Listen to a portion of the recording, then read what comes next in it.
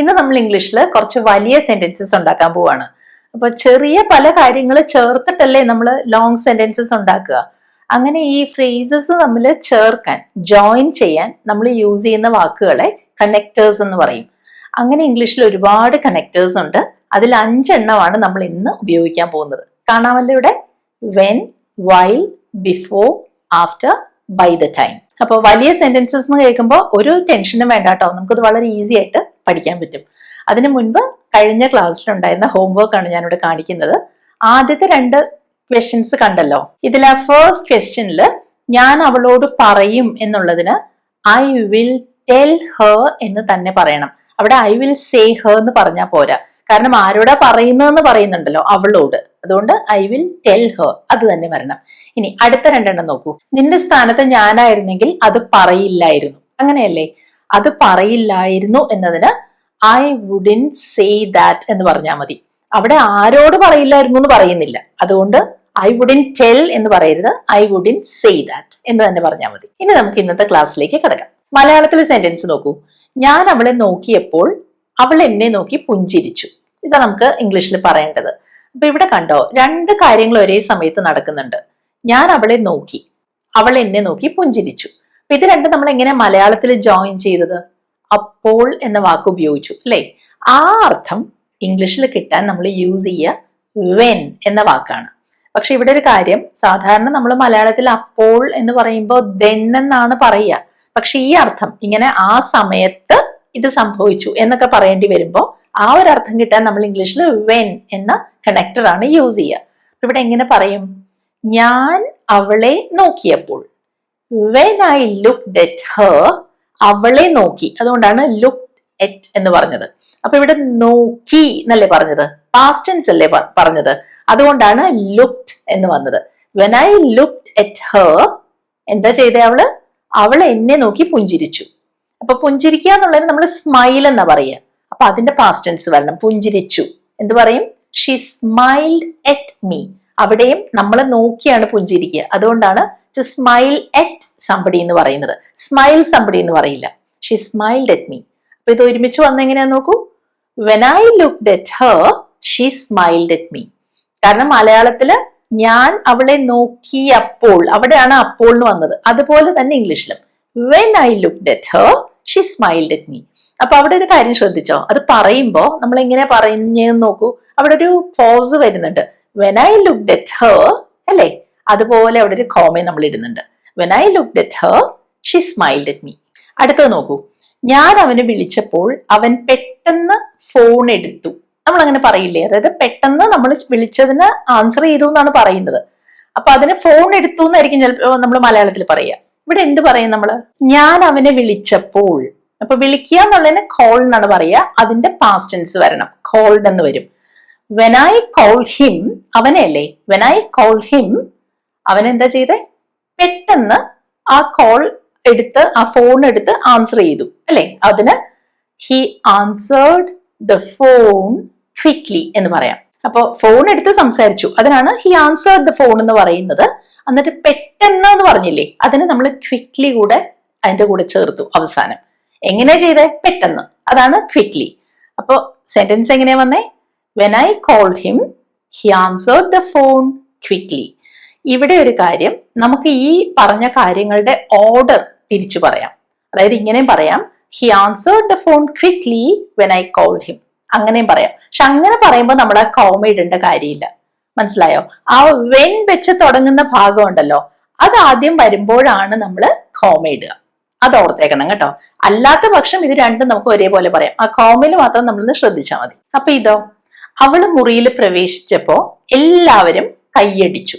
അതായത് അവള് മുറിയിൽ കയറിയപ്പോൾ എല്ലാവരും കൈയടിച്ചു, അത്രയേ ഉള്ളൂ. അപ്പൊ മുറിയിൽ കയറുക, അതിന് നമ്മൾ എൻറ്റർ എന്ന വാക്ക് യൂസ് ചെയ്യാം. അതിന് പാസ്റ്റ് ടെൻസ് വരണം കേട്ടോ. അപ്പൊ എന്ത് പറയും? അവൾ മുറിയിൽ പ്രവേശിച്ചപ്പോൾ, when she entered the room, comma. When വെച്ചല്ലേ സെന്റൻസ് തുടങ്ങുന്നത്, അവിടെ കോമ വരണം. When she entered the room, എന്താ എല്ലാവരും ചെയ്തത്? കൈയടിച്ചു. അതിന് നമുക്ക് ക്ലാപ്പ് എന്ന് പറയാം, വളരെ സാധാരണ രീതിയിൽ. അപ്പൊ എല്ലാവരും കൈയടിച്ചു, അതിന് നമുക്ക് എവ്രി വൺ ക്ലാപ്ഡ് എന്ന് പറയാം. എല്ലാവരും എന്ന അർത്ഥത്തിലാണ് നമ്മളിവിടെ എവ്രി വൺ യൂസ് ചെയ്തത്, അല്ലെങ്കിൽ എവ്രിബഡി എന്ന് പറയാം. Every one clapped, clapped. ED ചേർത്തു. അപ്പോൾ ഇങ്ങനെയുള്ള വാക്കുകൾ ED ചേർക്കുമ്പോൾ സ്പെല്ലിങ്ങിന് വരുന്ന കാര്യം കൂടെ നിങ്ങളൊന്ന് ശ്രദ്ധിച്ചേക്കണം. ഇവിടെ ക്ലാപ്പ് എന്ന് പറഞ്ഞു, അത് P-യിലാണ് അവസാനിക്കുന്നത്. ഇങ്ങനെയുള്ള പല വാക്കുകളും ED ചേർക്കുമ്പോൾ ആ P എന്നുള്ളത് 2 എണ്ണമായി മാറും, അത് ഡബിൾ ചെയ്യും.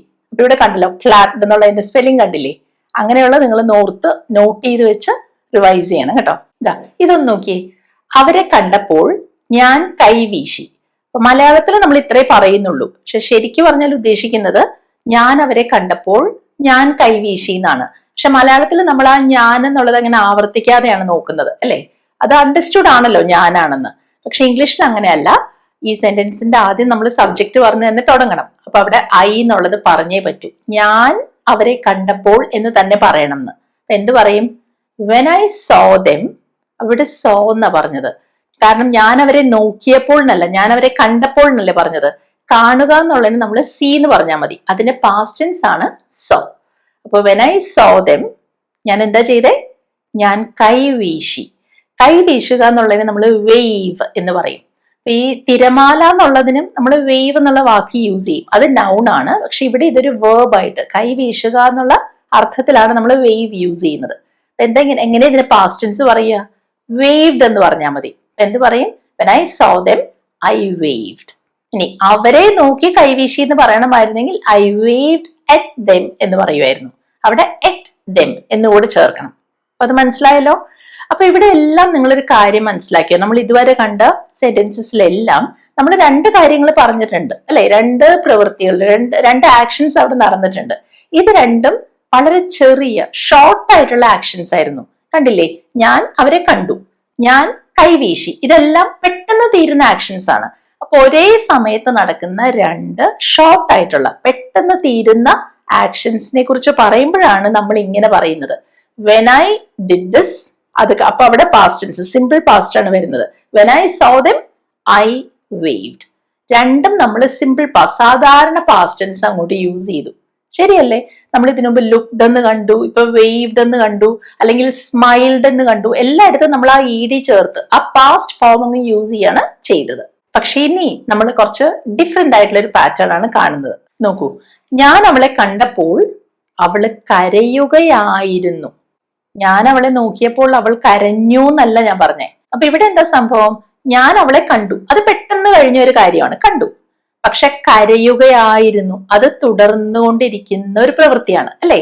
അപ്പൊ അവിടെ നമ്മൾ ആ ഒരു കണ്ടിന്യൂസ് ഫോം യൂസ് ചെയ്യേണ്ടി വരും, ING ഫോം യൂസ് ചെയ്യേണ്ടി വരും. ഇവിടെ എന്ത് പറയും? വെൻ ഐ സോ ഹെർ, അത് നമ്മൾ ഇതുവരെ കണ്ടതുപോലെ തന്നെ. വെൻ ഐ സോ ഹെർ, അവള് കരയുകയായിരുന്നു. She was crying. കണ്ടോ? അവിടെ ആ പാറ്റേൺ ഒന്ന് മാറി. കാരണം ഈ കരയുകയായിരുന്നു എന്ന് പറയുന്നത് നീണ്ടു നിൽക്കുന്ന ഒരു കാര്യമായതുകൊണ്ട്, കുറച്ച് സമയമെടുത്ത ഒരു കാര്യമായതുകൊണ്ടാണ് നമ്മൾ അവിടെ വാസ് ക്രൈയിങ് എന്ന് പറഞ്ഞത്. When I saw her she was crying. അപ്പൊ ആ സെന്റൻസിൽ നമ്മൾ ആദ്യത്തെ ഭാഗത്ത് ആ ചെറിയ ഷോർട്ട് ആയിട്ടുള്ള ആക്ഷന് വേണ്ടി ഉപയോഗിച്ചത് when I saw her, simple past, see saw എന്ന് പറയില്ലേ, ആ രണ്ടാമത്തെ ഫോം ആണ്. പക്ഷെ അത് കഴിഞ്ഞ് വന്നത് ഷീ വാസ് ക്രൈയിങ്. ഷീ ആയതുകൊണ്ടാണ് നമ്മൾ വാസ് പറയുന്നത്. She was crying, ING form use ചെയ്യണം. ഇവിടെയും എങ്ങനെയാണ് കോമ വന്നത് നിങ്ങൾ കണ്ടല്ലോ. കാരണം വെൻ വെച്ച് തുടങ്ങുന്ന ആ ഒരു പാർട്ടിലാണ്, അത് കഴിയുമ്പോഴാണ് കോമ വരുന്നത്. When I saw her she was crying. ഇങ്ങനെയും പറയാം, she was crying when I saw her. പക്ഷെ അവിടെ കോമയില്ല, കാരണം അവിടെ ഷീ വാസ് ക്രൈയിങ് അത് വെച്ചല്ലേ തുടങ്ങിയത്. അവിടെ പിന്നെ കോമയുടെ ആവശ്യമില്ല. She was crying when I saw her. ഇനി അടുത്ത് നോക്കൂ, നമ്മൾ ഇതൊക്കെ സാധാരണ പറയുന്ന കാര്യങ്ങളാണ്. ലൈറ്റ് പോയപ്പോൾ ഞാൻ TV കാണുകയായിരുന്നു. അപ്പൊ ലൈറ്റ് പോവുക എന്ന് പറയുന്നത് പെട്ടെന്ന് നടക്കുന്ന ഒരു കാര്യമാണ്, അല്ലെ? പക്ഷെ TV കാണുകയായിരുന്നു, അത് കുറച്ച് ദൈർഘ്യമുള്ള, കുറച്ച് സമയമെടുത്ത് ചെയ്യുന്ന ഒരു കാര്യമാണ്. അപ്പൊ ഇവിടെ നമ്മൾ ഇപ്പൊ കണ്ട പാറ്റേൺ ആണ് യൂസ് ചെയ്യേണ്ടത്. ഇവിടെ മലയാളത്തിൽ നമ്മൾ പറഞ്ഞത് ലൈറ്റ് പോയപ്പോൾ എന്നാണ്, പക്ഷെ ഇംഗ്ലീഷിൽ നമ്മൾ അങ്ങനെ ലൈറ്റ് എന്ന് പറഞ്ഞല്ല പറയാ. അവിടെ എന്ത് പറയും? When the lights went out, പോയി, അതിനാണ് ലൈറ്റ് പോയി അല്ലെങ്കിൽ കറന്റ് പോയി എന്ന് പറയില്ലേ, അതിനാണ് നമ്മൾ ടു ഗോ ഔട്ട് എന്ന് പറയുന്നത്.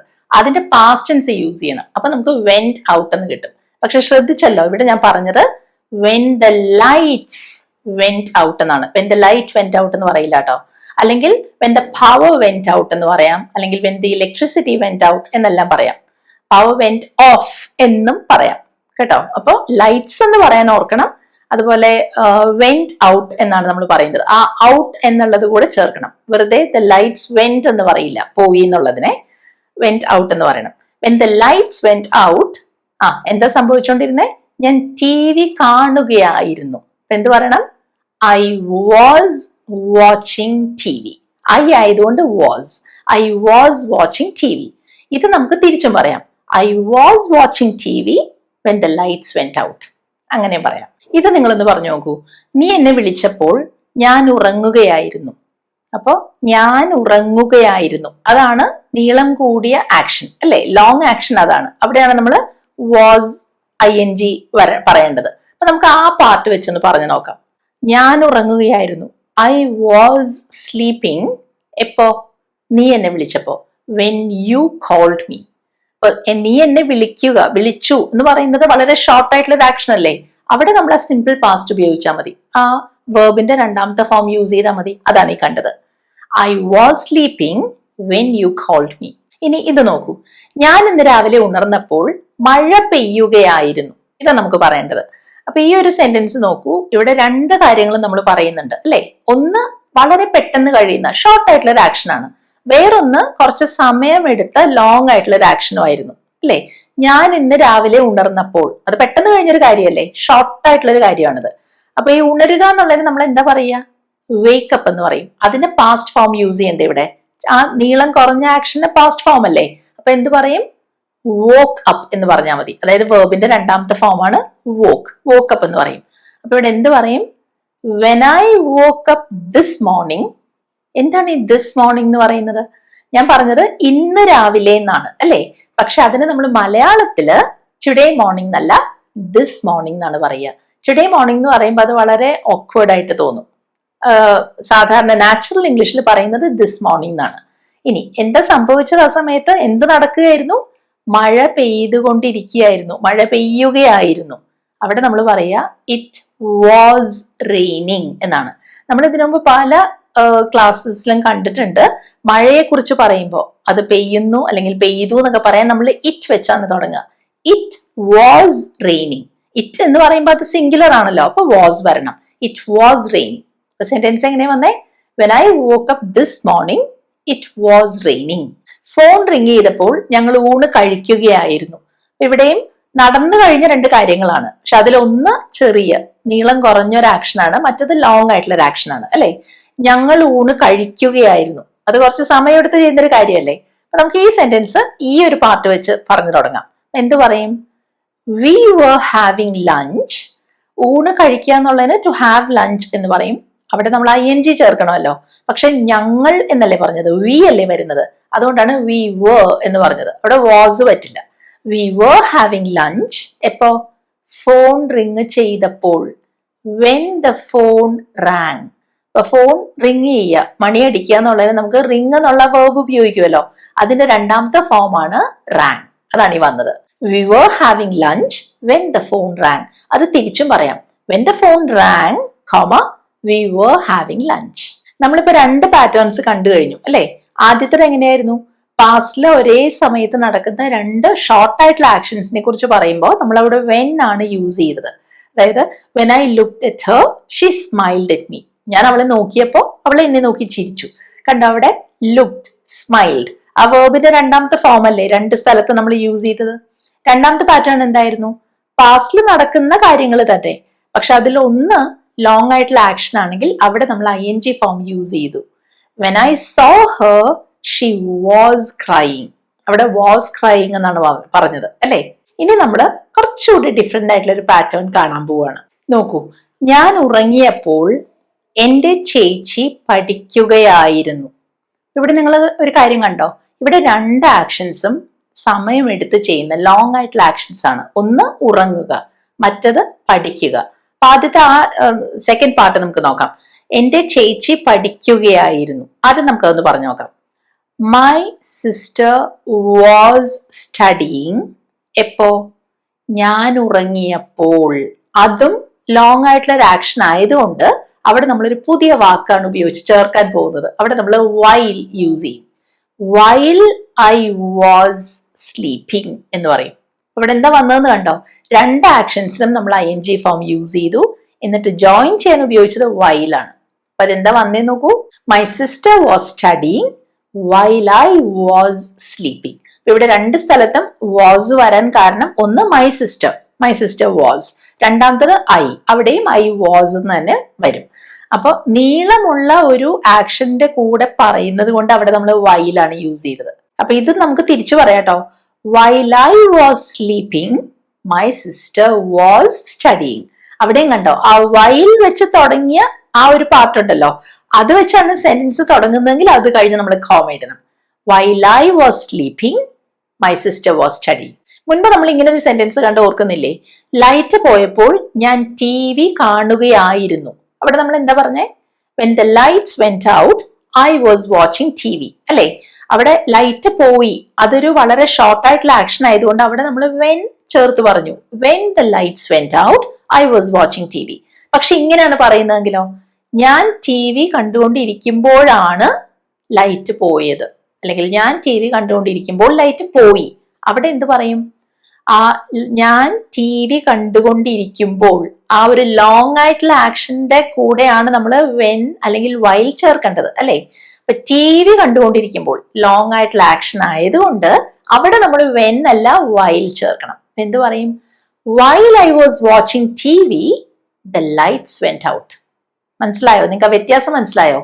എവിടെയാണോ നമ്മൾ ലോങ് ആയിട്ടുള്ള ആക്ഷനെ കുറിച്ച് പറയുന്നത് അവിടെ നമ്മൾ when അല്ല while ആണ് സാധാരണ ഉപയോഗിക്കുക. while I was watching TV the lights went out. ഒരേ കാര്യമാണ് പറഞ്ഞത്, പക്ഷെ ആദ്യം നമ്മൾ when പറയാൻ കാരണം ആ ഷോർട്ട് ആയിട്ടുള്ള ആക്ഷന്റെ കൂടെ അത് യൂസ് ചെയ്തു. when the lights went out അവിടെ നമ്മൾ while the lights went out എന്ന് പറയില്ല. ഈ സെന്റൻസ് നമ്മൾ നേരത്തെ കണ്ടതാണ്. ഫോൺ റിങ് ചെയ്തപ്പോൾ ഞങ്ങൾ ഊണ് കഴിച്ചുകൊണ്ടിരിക്കുകയായിരുന്നു. we were having lunch when the phone rang. ഇങ്ങനെയല്ലേ നമ്മൾ പറഞ്ഞത്. പക്ഷെ ഇങ്ങനെ പറയുകയാണെങ്കിലോ, ഞങ്ങൾ ഊണ് കഴിച്ചുകൊണ്ടിരിക്കെ, അതായത് ഞങ്ങൾ ഊണ് കഴിച്ചുകൊണ്ടിരിക്കുമ്പോൾ ഫോൺ റിങ് ചെയ്തു. അവിടെ എന്ത് പറയും? while we were having lunch the phone rang. മനസ്സിലായോ? അവിടെ when we were having lunch എന്നല്ല പറഞ്ഞത്, while we were having lunch. കാരണം മുൻപ് നമ്മൾ when ചേർത്തത് ഫോൺ റിങ് ചെയ്തു എന്നുള്ളതിന്റെ കൂടെയാണ്, അതൊരു ഷോർട്ട് ആയിട്ടുള്ള ആക്ഷൻ ആണ്. പക്ഷെ ഇവിടെ ഊണ് കഴിച്ചുകൊണ്ടിരിക്കുമ്പോൾ അത് നീളം എടുക്കുന്ന ടൈം എടുക്കുന്ന ഒരു ആക്ഷൻ ആയതുകൊണ്ട് അവിടെ നമ്മൾ while ചേർത്തു. while we were having lunch the phone rang. ഇത് നോക്കൂ. പഠിച്ചുകൊണ്ടിരിക്കുമ്പോൾ എനിക്ക് പെട്ടെന്ന് ഉറക്കം വന്നു. ഇങ്ങനെയൊക്കെ നമ്മൾ പലപ്പോഴും പറയാറുണ്ടല്ലേ. അപ്പൊ ഇവിടെ എങ്ങനെ പറയും?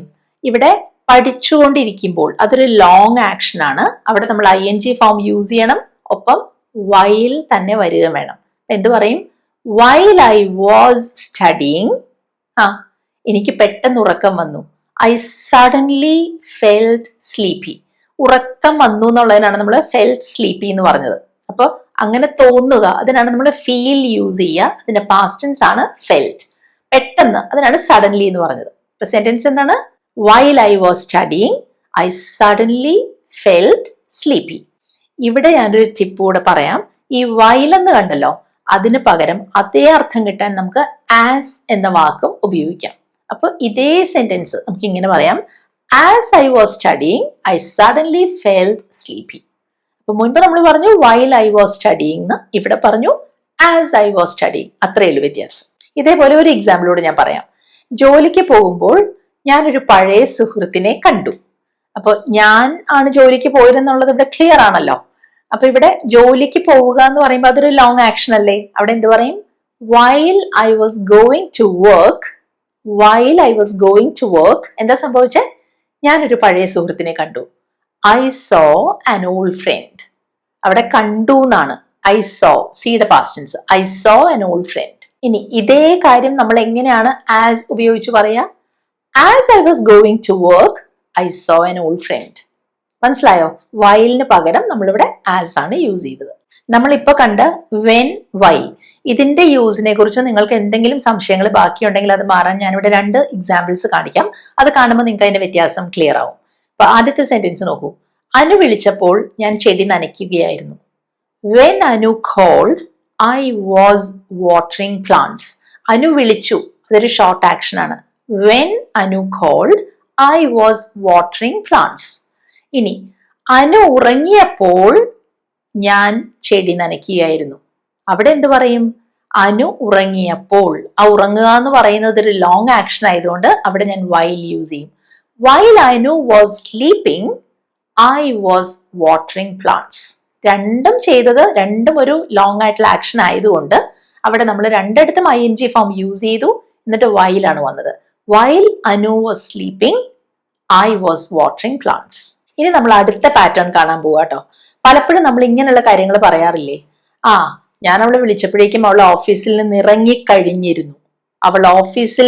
ഇറങ്ങിക്കഴിഞ്ഞിരുന്നു. അതായത് അവിടെ രണ്ട് കാര്യങ്ങൾ നടന്നു. ഞാൻ അവളെ വിളിച്ചു, പക്ഷെ അതിന് മുൻപ് തന്നെ അവൾ ഓഫീസിൽ നിന്ന് പോയി കഴിഞ്ഞിരുന്നു, ഇറങ്ങി കഴിഞ്ഞിരുന്നു.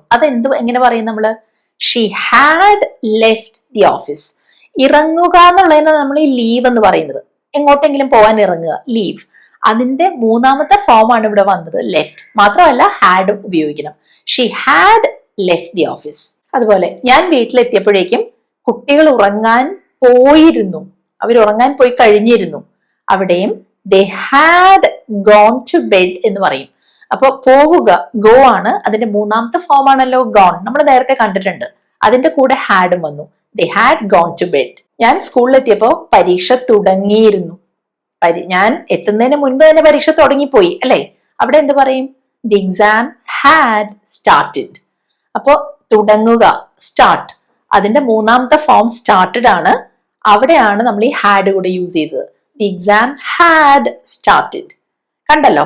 അപ്പൊ ഇതൊക്കെ എങ്ങനെയാണ് സാധാരണ നമ്മളൊരു സെന്റൻസ് ആയിട്ട്, ഒരു വലിയ സെന്റൻസ് ആയിട്ട് പറയുന്നത് നമുക്കിനി നോക്കാം. അപ്പൊ സാധാരണ നമ്മൾ ഇങ്ങനെയുള്ള കാര്യങ്ങൾ പറയുന്നത് ഇങ്ങനെയായിരിക്കും. ഞാൻ അവിടെ എത്തുന്നതിന് മുൻപ് അവൾ ഓഫീസിൽ നിന്ന് ഇറങ്ങിയിരുന്നു.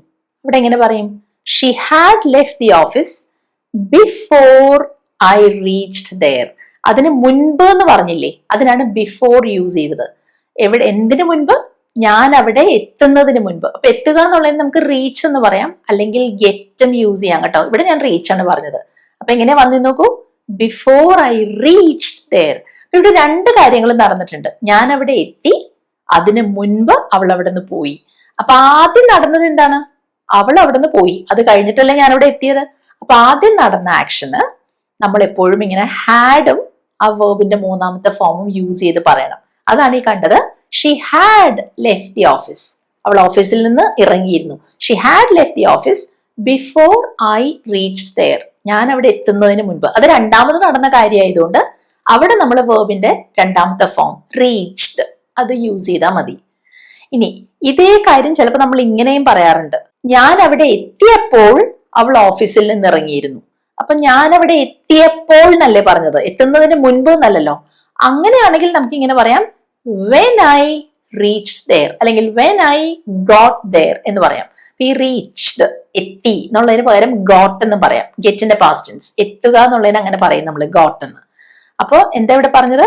അവിടെ എത്തിയപ്പോൾ എന്നുള്ളതിന് when I got there.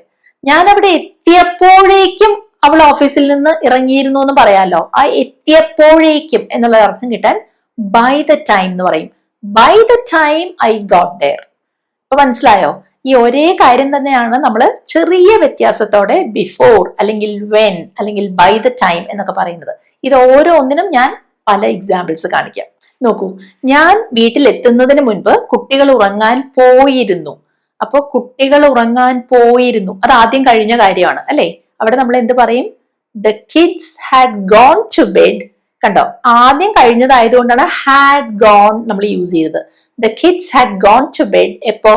ഞാൻ എത്തുന്നതിന് മുൻപ് എന്ന് പറഞ്ഞില്ലേ, അതാണ് നമ്മൾ ഇനി പറയുന്നത് ബിഫോർ ഐ റീച്ച്ഡ് ഹോം. അപ്പൊ മുൻപ് എന്ന് വന്നത് കൊണ്ട് ബിഫോർ നമ്മൾ യൂസ് ചെയ്തു. Before I reached home. അപ്പൊ രണ്ടാമത് നടന്ന കാര്യമാണ് ഞാൻ വീട്ടിലെത്തി എന്നുള്ളത്. അവിടെ നമ്മൾ റീച്ച്ഡ്, ഹാഡ് വരുന്നില്ല അവിടെ. റീച്ച്ഡ് ആ വേർബിന്റെ രണ്ടാമത്തെ ഫോം മാത്രം ഉപയോഗിച്ചാൽ മതി. The kids had gone to bed before I reached home. അടുത്തത് നോക്കൂ, ഞാൻ സ്കൂളിൽ എത്തിയപ്പോൾ പരീക്ഷ തുടങ്ങിയിരുന്നു. അപ്പൊ പരീക്ഷ തുടങ്ങിയിരുന്നു, അത് ആദ്യം തന്നെ നടന്നു കഴിഞ്ഞു അല്ലെ? അപ്പൊ അവിടെ എന്താ നമ്മൾ പറയുക?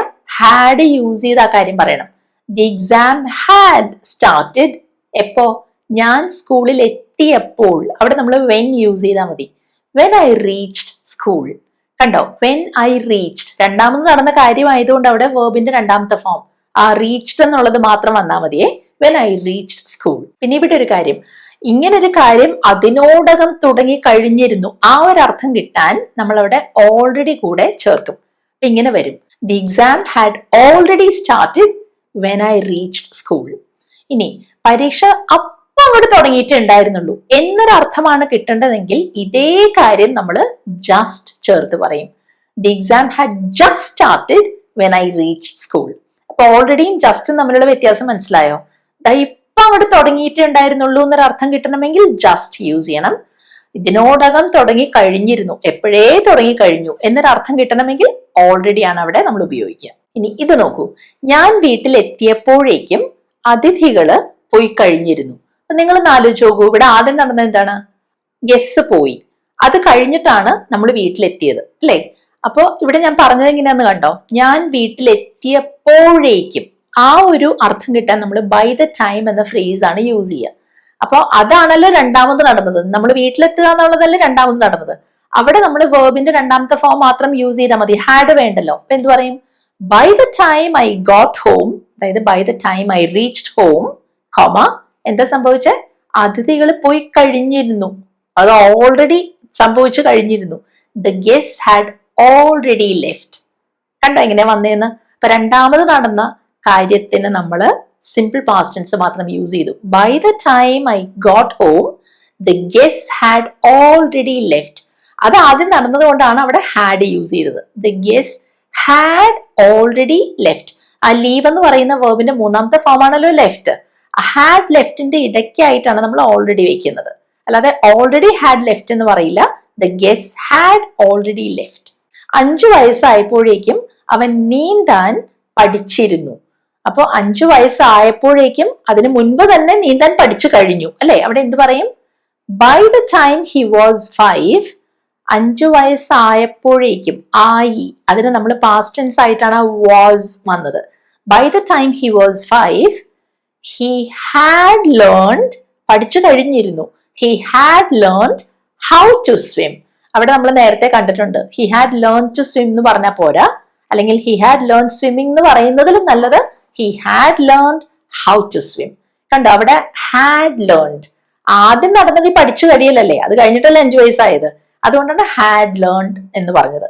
ലേൺ എന്ന് പറയുന്ന ആ ഒരു വേർബിന്റെ മൂന്നാമത്തെ ഫോമാണ് ലേൺഡ്. അത് വേണമെങ്കിൽ ഇങ്ങനെ ഇ ചേർത്ത് എഴുതാം, അല്ലെങ്കിൽ ടി മാത്രമായിട്ടും എഴുതാം കേട്ടോ. ഹി ഹാഡ് ലേൺ ഇങ്ങനെയും എഴുതാം. ഇങ്ങനെ നമ്മൾ പലപ്പോഴും പറയാറില്ലേ, ഞങ്ങൾ ഹോസ്പിറ്റലിൽ എത്തിയപ്പോ ഡോക്ടർ റൗണ്ട്സിന് പോയിരുന്നു. അപ്പൊ ഇവിടെ ആദ്യം നടന്നത് എന്താണ്? ഡോക്ടർ റൗണ്ട്സിന് പോയി, അത് കഴിഞ്ഞാണ് നമ്മൾ ഹോസ്പിറ്റലിൽ എത്തിയത്. അപ്പൊ ആ ഒരു ഓർഡർ കിട്ടിയാൽ നിങ്ങൾക്ക് ഇത് പറയാൻ എളുപ്പമാണ്. അപ്പൊ ഇതെങ്ങനെ പറയും നമ്മള്? The doctor had left for rounds. ഇപ്പൊ ഡോക്ടർ റൗണ്ട്സിന് പോയി എന്നാണ് മലയാളത്തിൽ പറഞ്ഞതെങ്കിലും ഇവിടെ നമ്മൾ ഹാഡ് ഗോൺ എന്ന് പറയുന്നതിൽ നല്ലത് ഹാഡ് ലെഫ്റ്റ്, ലീവിന്റെ മൂന്നാമത്തെ ഫോം ലെഫ്റ്റ് യൂസ് ചെയ്യുന്നതാണ്. The doctor had left for rounds. എപ്പോ? ഞങ്ങൾ ഹോസ്പിറ്റലിൽ എത്തിയപ്പോ. When we reached the hospital. When we reached the hospital. മനസ്സിലായല്ലോ? ഇനി ഡോക്ടർ അപ്പം അങ്ങോട്ട് പോയിട്ടേ ഉണ്ടായിരുന്നുള്ളൂ എന്നൊരു അർത്ഥം കിട്ടണമെങ്കിൽ അവിടെ ജസ്റ്റ് യൂസ് ചെയ്താൽ മതി. The doctor had just left for rounds when we reach the hospital. അതിനോടകം നേരത്തെ പോയി കഴിഞ്ഞിരുന്നു എന്ന് പറയണമെങ്കിൽ ഓൾറെഡി യൂസ് ചെയ്യണമായിരുന്നു കേട്ടോ. ഇനി നമുക്ക് ഒരു പാറ്റേൺ കൂടെ കാണാനുണ്ട്. ആഫ്റ്റർ എന്ന് പറയുന്ന കണക്ടർ ഉപയോഗിച്ച് പറയുന്ന തരം സെന്റൻസസ്. പക്ഷെ അത് നിങ്ങൾക്ക് പെട്ടെന്ന് മനസ്സിലാവാൻ നമ്മൾ നേരത്തെ ബിഫോർ വെച്ചുള്ള സെന്റൻസസ് കണ്ടില്ലേ, അങ്ങനെ ഒരു എക്സാമ്പിൾ ഞാൻ ആദ്യം കാണിക്കാം. ഇത് നോക്കൂ, ഞാൻ സ്കൂളിൽ എത്തുന്നതിന് മുൻപ് ബെല്ലടിച്ചിരുന്നു. അതെങ്ങനെ പറയും? ഇവിടെ മുൻപ് എന്നാണ് വന്നത്, അപ്പൊ ബിഫോർ ആണല്ലോ യൂസ് ചെയ്യേണ്ടത്. അതിനെങ്ങനെ പറയും? The bell had wrung before I reached school എന്ന് പറയും. കാരണം ഇവിടെ മുൻപ്, അപ്പൊ ബിഫോർ അല്ലേ വരേണ്ടത്. The bell had wrung before I reach school. ഞാൻ എത്തുന്നതിന് മുൻപ് ബെല്ലടിച്ച് കഴിഞ്ഞിരുന്നു അല്ലെ? പക്ഷെ ഇനി ഞാൻ പറയാൻ പോകുന്നത് ബെല്ലടിച്ചതിന് ശേഷമാണ് ഞാൻ സ്കൂളിൽ എത്തിയത് എന്നാണ്. അപ്പൊ ഒരേ കാര്യമാണ് ഞാൻ വേറൊരു രീതിയിലൂടെ പറഞ്ഞത്. പക്ഷെ ഇവിടെ ശേഷം എന്ന വാക്ക് വന്നു, അപ്പൊ അവിടെ നമ്മൾ ആഫ്റ്റർ യൂസ് ചെയ്യേണ്ടി വരും. അപ്പൊ ഇവിടെ എന്ത് പറയും? I reached school after the bell had wrung. അത്രേ ഉള്ളൂ. I reached school after the bell had wrung. ഞാൻ സ്കൂളിൽ എത്തിയത് എപ്പോഴാണ്? ബെല്ലടിച്ച് കഴിഞ്ഞതിന് ശേഷം. അപ്പൊ ഇവിടെ ആ ബെല്ലടിക്കുക എന്ന് പറയുന്നതാണ് ആദ്യം കഴിഞ്ഞത്, അതുകൊണ്ടാണ് അവിടെ നമ്മൾ ഹാഡ് യൂസ് ചെയ്തത്. പിന്നെ കണ്ടല്ലോ, ഈ റിങ് എന്ന് പറയുന്ന വേർബിന്റെ മൂന്നാമത്തെ ഫോം റങ് ആണ്, അതാണ് ഇവിടെ വന്നത്. I reached school after the bell had rung. ഇനി ഇത് നോക്കൂ, അലാം അടിക്കുന്നതിന് മുൻപ് ഞാൻ ഉണർന്നു കഴിഞ്ഞിരുന്നു. അപ്പൊ ഇവിടെ മുൻപ് അതാണ് വന്നത്. അപ്പൊ അവിടെ എങ്ങനെ പറയും? I had woken up before the alarm rang. അപ്പൊ ഇവിടെ ആ വാക്ക് ശ്രദ്ധിച്ചല്ലോ നിങ്ങൾ? അലാം എന്നാണ് ഞാൻ പറഞ്ഞത്, അലാറം എന്ന് പറയുന്നില്ല കേട്ടോ. ആ ആർ അവിടെ സൈലന്റ് ആണ്. അപ്പൊ അലാം എന്ന് പറഞ്ഞാൽ മതി. പിന്നെ ഇവിടെ അലാം അടിക്കുക എന്ന് പറയുന്നത് രണ്ടാമത് നടന്ന കാര്യമാണ്. ആദ്യം തന്നെ ഞാൻ കണ്ണു തുറന്നു ഉണർന്നു, അത് കഴിഞ്ഞിട്ടാണ് അലാം അടിച്ചത്. അതുകൊണ്ടാണ് ഇവിടെ അലാം റാങ് എന്ന് പറഞ്ഞത്. അതിന്റെ രണ്ടാമത്തെ ഫോം വന്നാൽ മതി. അവിടെ റങ് വന്നില്ല, അലാം റാങ്.